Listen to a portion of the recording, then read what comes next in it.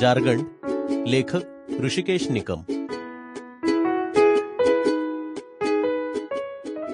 भडक पिवळा शर्ट घातलेला सुनील मित्राला घेऊन गाडीवर आला आणि तिच्या कॉलेज बाहेर थांबून त्यानं गाडी बंद केली. गाडीवर कालच त्यानं बादशहा असं लिहिलेलं रेडियम चिकटवलं होतं. डोळ्यावरचा लाल निळ्या कांडीचा गॉगल त्यानं नीट केला. गॉगल चांगला दिसतोय ना ह्यो उम्या? सुनील मित्राला म्हणाला. एक नंबर दिसतोय भावा, ऋतिक रोशन दिसा लागलायस. त्याचा मित्र म्हणाला, रांडाच्या एवढं पण खोटं बोलत जाऊ नको रे. मी असला काळा कुट्टा आणि ऋतिक रोशन कुठनं वाटायला लागलोय तुला? तू एवढं खोलात कशाला चाललायस?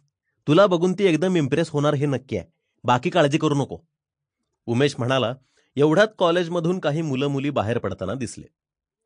काढलेला गॉगल सुनीलनं पुन्हा घातला. तो अश्विनीला शोधत होता. थोड्या वेळानं अश्विनी आणि तिच्या 3-4 मैत्रिणी चालत येताना दिसल्या. सुनीलच्या चेहऱ्यावर हसू आलं. सुनील थांबलेला बघून अश्विनीच्या मैत्रिणी हसायला लागल्या. एवढा पिवळा धम्मक शर्ट घालून आलाय की ग तुझा हिरो? का सोन्याचा शर्ट आहे बघ जरा. गप्पस, त्याला कळलं उगीच. अश्विनी खोट्या रागानं म्हणाली. तिनं सुनीलकडे एक नजर टाकली आणि खाली मान घालून चालायला लागली.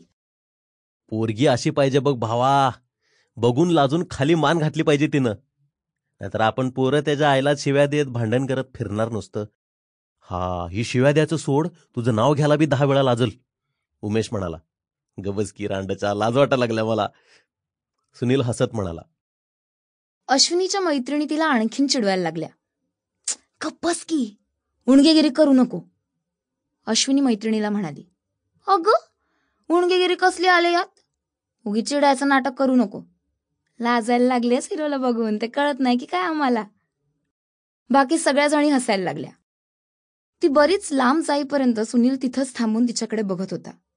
अश्विनी मागे वळून वळून त्याच्याकडे बघत होती. ती लांब गेल्यावर त्याने गाडी सुरू केली. बर, लई झालं, चला आता दुकान उघडायला पाहिजे, आई शिव्या घालते आमची नाहीतर. असं म्हणून सुनील गाडी सुरू करून निघाला. जाताना त्यानं अश्विनीच्या जवळून गाडी घेतली आणि तिच्याजवळ आल्यावर मुद्दामून हॉर्न वाजवला. तिच्या मैत्रिणी पुन्हा हसायला लागल्या. सुनील घरी परत आला. घराबाहेरच असलेल्या त्याच्या रेशन दुकानाच्या कट्ट्यावर त्याची आई तांदूळ निवडत बसली होती. आला काय गाव उणगून? गाव उंडगायला नाही ग, कॉलेजकडे गेलो होतो, जरा काम होतं. Sample complete. Ready to continue?